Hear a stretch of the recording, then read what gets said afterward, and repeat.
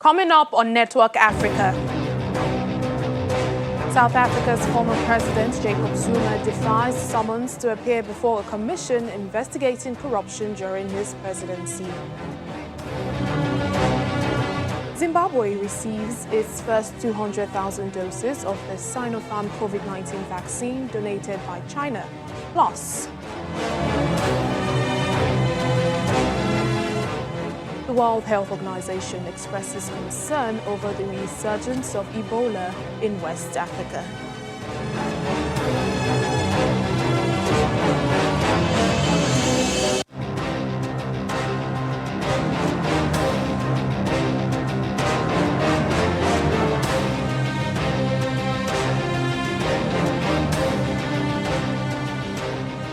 Hello and welcome to the program. I'm Layo Adegoke. Let's begin today by taking a look at some stories that made headlines over the weekend. Guinea's health ministry announced a fresh outbreak of Ebola hemorrhagic fever, killing 4 people in the country's first outbreak of the disease in 5 years. The deaths occurred in the southeast region of Nzirikore. One of the victims was a nurse who fell ill in late January and was buried on February 1st, showed signs of the hemorrhagic fever, and 3 of them have since died. It is the first resurgence of the Ebola virus in the country in 5 years since the 2013 to 2016 outbreak.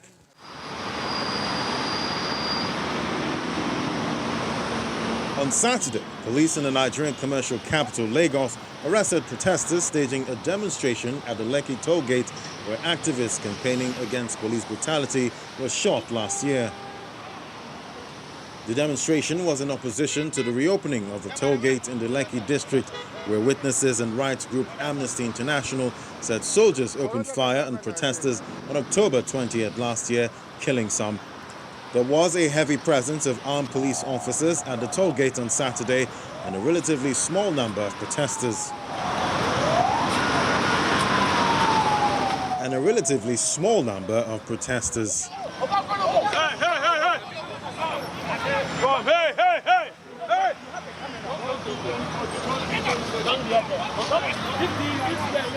Egyptian archaeologists have discovered a 5,000-year-old brewery that could produce thousands of liters of beer in the ancient Egyptian city of Abydos.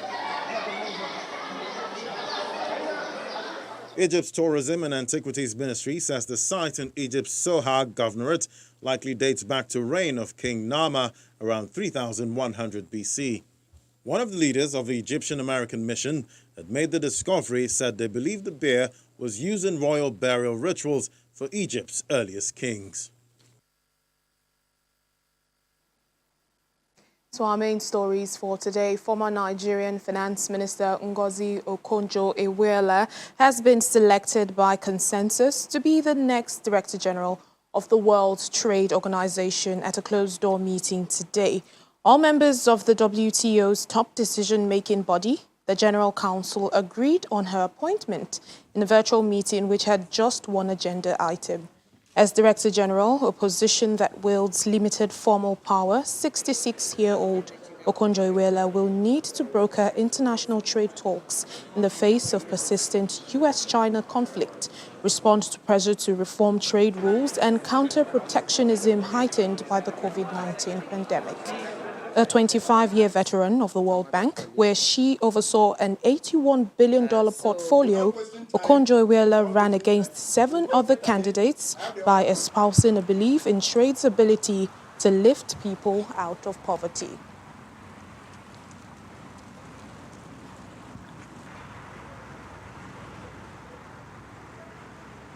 South Africa's former president Jacob Zuma has defied summons to appear before a commission investigating corruption during his presidency. Mr. Zuma was scheduled to appear before the commission from February 15th to 19th. But in a statement, his lawyers say the summons were irregular and that Mr. Zuma's application for the head of the commission, Justice Raymond Zondo, to recuse himself was yet to be determined. A constitutional court last month issued an order compelling Mr. Zuma to appear before the commission. The commission, known as the Zondo Commission, was established in 2018 to investigate the state capture scandal during Mr. Zuma's tenure as president. Well, here is the moment when lawyer for the inquiry, Paul Pretorius, announced Mr. Zuma's absence. They were friends to everybody else. Buza attorneys representing the former president, Mr. Zuma, addressed a letter to the Commission to inform the Commission that, quote, as a matter of courtesy, unquote, our client will not be appearing before the Commission on 15 to 19 February 2021.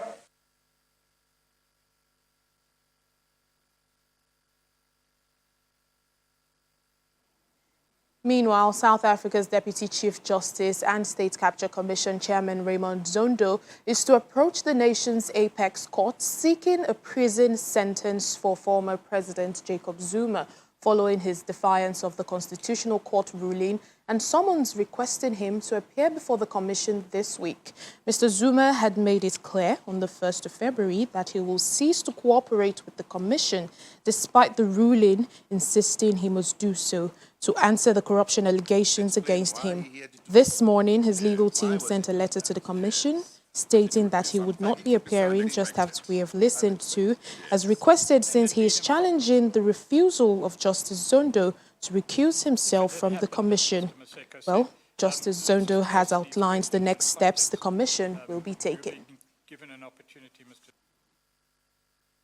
In this type of situation, the law makes provision that it may apply for what is called, it may institute what is called contempt of court proceedings. The commission will do so. What that entails is that the commission will make an application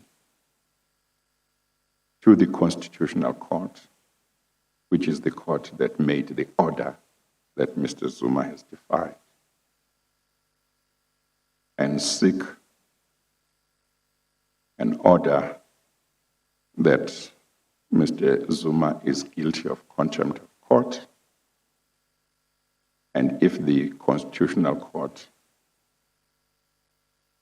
reaches that conclusion, then it is in its discretion what to do.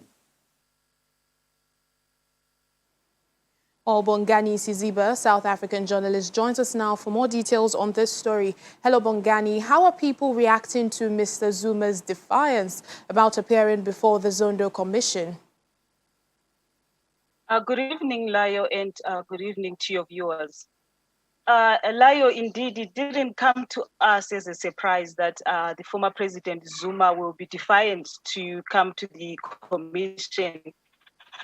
If I can take you a little bit back, last year, we all know that Zuma walked out of the commission, and that indicated that he has no plans of coming back to the commission. So the letter from his lawyers today was just something that we knew that was going to happen. And speaking about the citizens here in South Africa, they have different views about Zuma. There are two groups, though. Those that are saying Zuma must face the law, and there are those that are saying that within the ANC there are also two groups. The other one that is saying Zuma is being victimized, and the other one that is saying Zuma must face the law. We know that as we speak at Zuma's residence, the MKVA is camping there, and they are saying they are waiting for anyone who will bring a letter or anything, or any police that will come to arrest former President Zuma.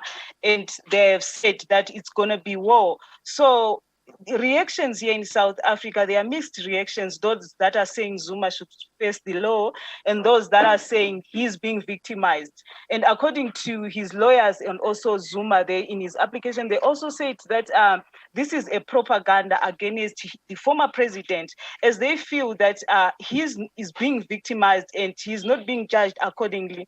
And so these are the reactions here in South Africa from the citizens and within the party ANC. Well, now it appears that he would be facing a prison sentence, according to Deputy Chief Justice Zondo. We heard him there saying they're going to charge him with contempt of court. When can we expect the Commission's application to the Constitutional Court? That's the next step for the Commission, isn't it? Yes, Layo, according to Justice Zondo, that's the next step. But it's not clear yet because as he indicated Justice Zondo, that they have to make an application to the Concord for them to it's either there will be a fine or imprisonment. So it's not yet clear what exactly they are going to do. But according to Justice Zondo, him and the commission, they would want to see Zuma facing imprisonment. So for now, we don't know when that will happen. So it's either, according to some analysts here, they were saying that it's either Zuma's will send an application to the Concord to apply and say, this is what we want, or Justice Zondo and the commission have to send an application to the Concord stating to seek what exactly they want from the Concord, either a fine for Zuma or imprisonment. You know, and one of the things we also know Mr. Zuma has been asking for is for the judge handling this case to recuse himself. Well, is he likely to have his wish on this matter? Definitely not, because Justice Zondo has made it clear that he has been on many cases and none has asked him to recuse himself. So he won't do it for Zuma. So he asked Zuma to come to the commission and answer to the charges rather than him delaying. So I don't think that will happen anytime soon. All right, then. Thank you so much. Bongani Siziba, South African journalist. Thank you. Thank you, Layo.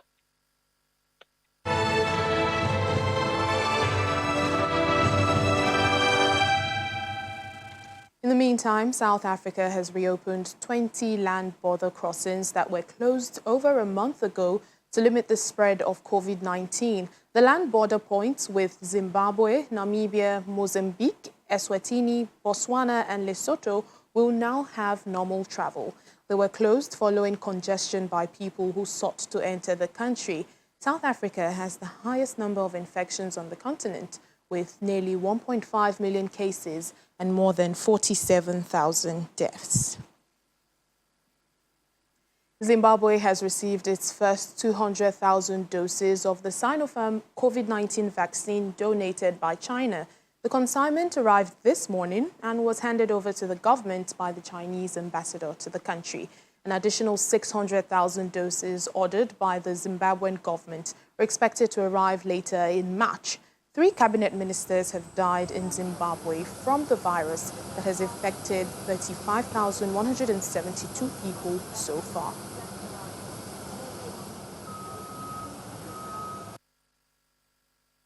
We received this vaccine as a gleam of hope to the nation that finally we may be on the verge of returning to some semblance of normalcy. That's what we are aiming to achieve. The vaccine also offers the possibility that our people who have borne the brunt of the economic ravages of the pandemic might finally turn a new page following the unfortunate interruptions to the economic activities that have been necessitated by the need to contain the spread of the virus. Still ahead on the program.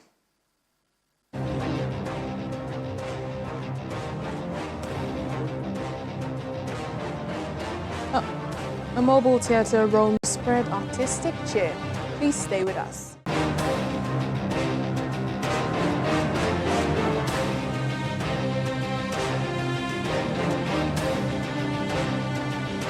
Thanks for staying with us. Rwanda has started immunizing its healthcare workers against COVID-19.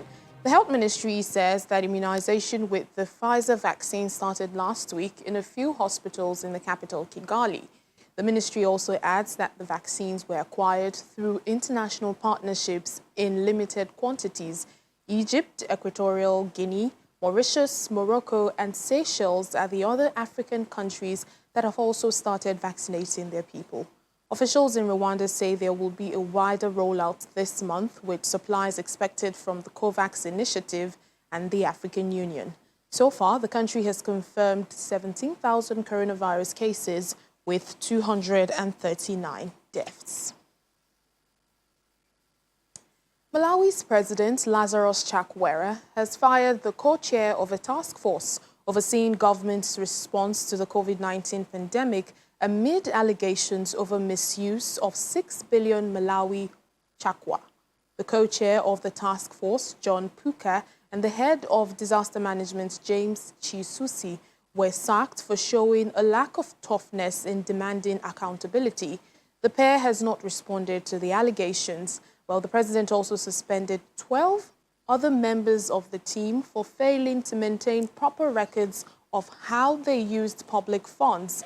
He says the suspensions will pave way for an investigation which will lead to prosecution of culprits.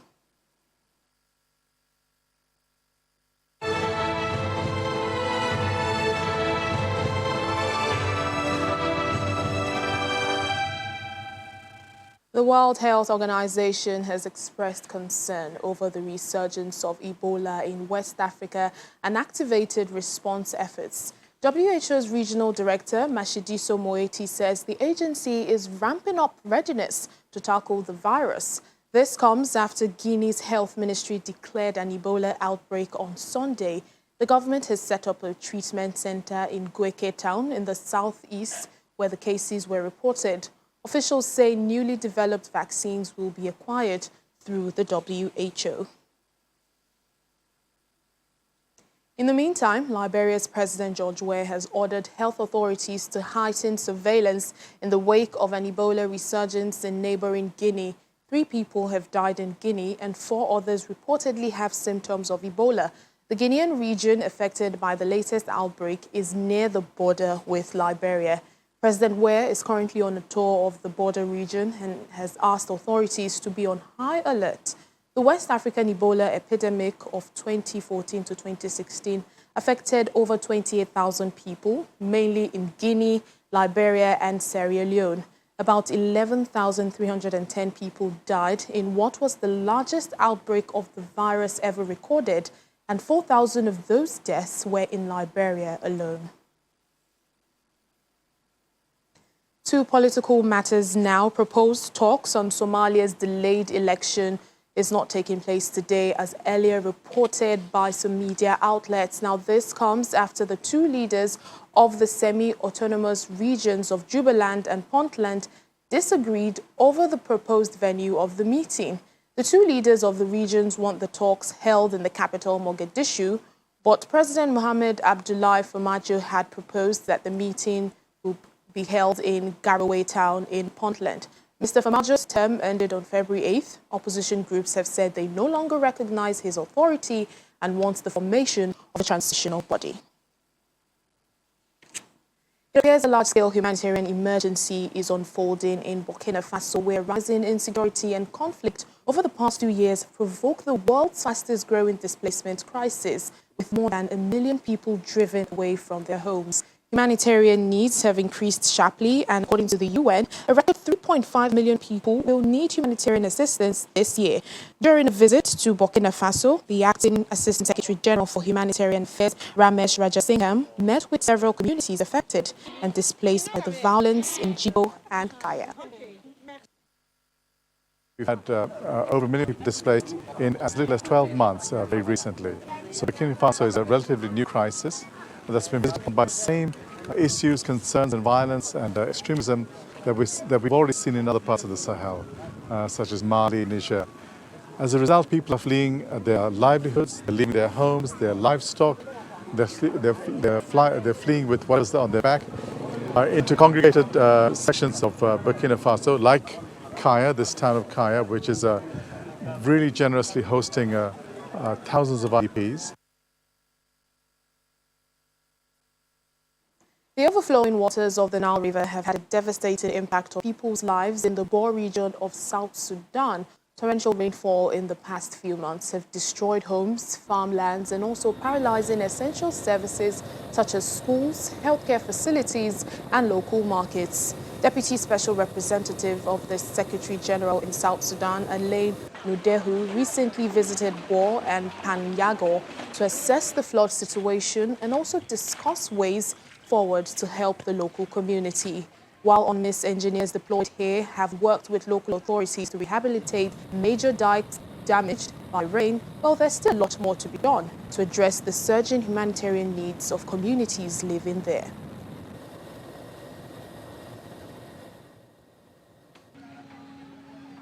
Well, a theatre on four wheels roams the streets of Egypt's capital in search for the corners of the city with little to no artistic spaces, where organizers set up their makeshift theatres for people living in the poorer neighborhoods. The mobile theatres aim to spread art in every Egyptian neighborhood. Take a look. Residents of Cairo's Asmarat neighborhood can now watch musical performances from their own balconies, thanks to this mobile theater roaming Egypt's impoverished neighborhoods to spread cultural awareness. These are two trailer trucks. It is made on wheels, as you can see, and it has a hook which can be attached to any car and can be transported to wherever we want. It is part of the Ministry of Culture's Cultural Justice Initiative, aiming to launch cultural activities in areas which usually lack such services. We aim to bridge gaps with the people so that those in less privileged areas feel that the state is taking care of them. Carrying out this, especially for them, shows that the state is coming to them to address their cultural needs.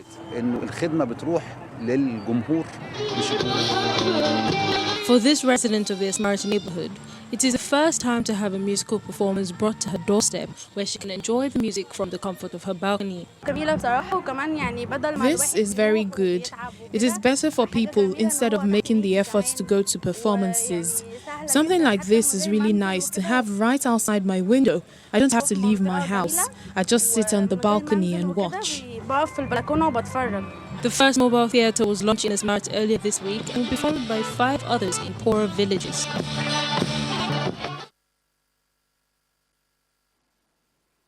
And that's it on the program today. Thank you for watching. I'm Layo Adegoke.